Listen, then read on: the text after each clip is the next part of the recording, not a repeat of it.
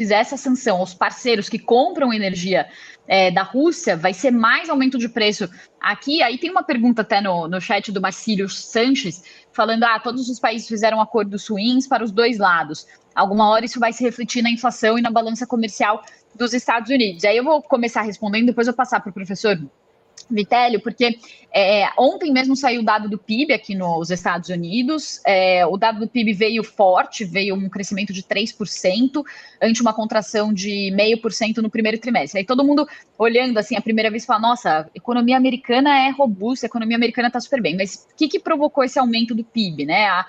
Dentro da conta do PIB tem ali o consumo das famílias, os gastos do governo, tem também os gastos das empresas e tem exportações menos importações. As empresas importaram muito para aproveitar os preços antes das tarifas. No segundo trimestre, reduziram totalmente as importações que já estavam com os preços maiores. Esse efeito de queda da importação, ele entra como um saldo positivo ali para a conta do PIB. Só as importações contribuíram com 5,2 pontos percentuais para o PIB no segundo trimestre. Então, esse PIB, ele veio forte no segundo trimestre, mas quando a gente olha o semestre, piorou em relação ao semestre passado, e tem esse efeito contábil das tarifas. Um outro dado também foi o PCI, né, que é o dado mais observado pelo Banco Central Americano sobre inflação, que ficou em 2,8%, puxado também muito por bens que são importados, por eletrônicos. Então, se começa a sentir o efeito da tarifa aqui nos Estados Unidos.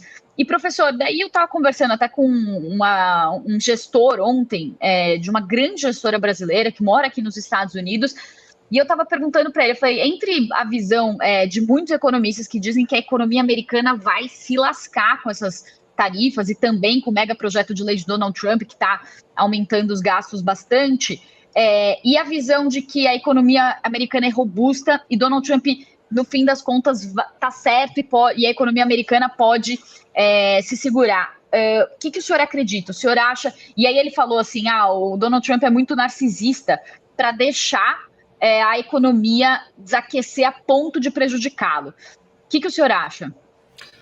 Olha, Priscila, bom, eu vou começar pelas tarifas secundárias e vou chegar nesse ponto.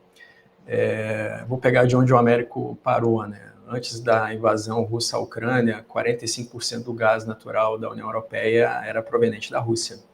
E aí a União Europeia começou a reduzir essa dependência. Essa dependência, inclusive, era criticada pelo próprio Trump.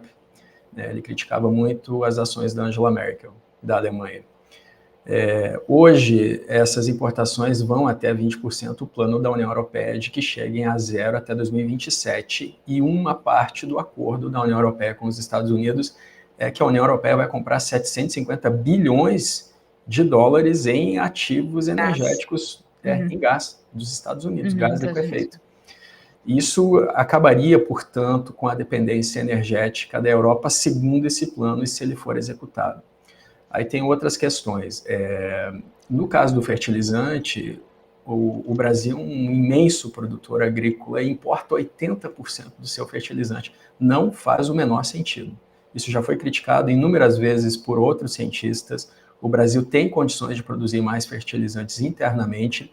O Azerbaijão, desde que começou a invasão russa à Ucrânia, o Azerbaijão vem oferecendo fertilizantes ao Brasil. Inclusive, na época que o Bolsonaro foi visitar o Putin, antes dele invadir a Ucrânia, houve essa oferta do Azerbaijão que não foi respondida pelo Brasil. Quanto ao diesel, né, hoje o Brasil é o segundo maior comprador de óleo diesel da Rússia no mundo. O primeiro é a Turquia, que inclusive é membro da OTAN. O Brasil, em 2021, comprava zero óleo diesel da Rússia. Em 2022, comprou 74 mil toneladas de diesel russo. Em 2023, em comparação com 2022, aumentou a importação de óleo diesel em 6.000% da Rússia. E no ano passado, Priscila, em 2024, em comparação com 2022, aumentou a importação de óleo diesel russo em 9.900%.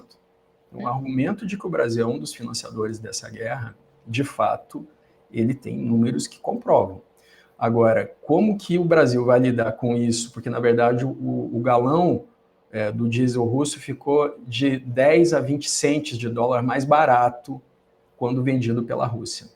O Brasil se diz contra a invasão russa a Ucrânia na ONU. O Brasil é contra o armamento da Ucrânia, inclusive se recusou a vender os Guarani, os nossos carros de combate, transformados em ambulância para a Ucrânia, com pagamento à vista. Se recusou a vender isso, se recusou a dar munição dos Gepard para proteção, para a defesa antiaérea da Ucrânia, era a defesa antiaérea das cidades ucranianas.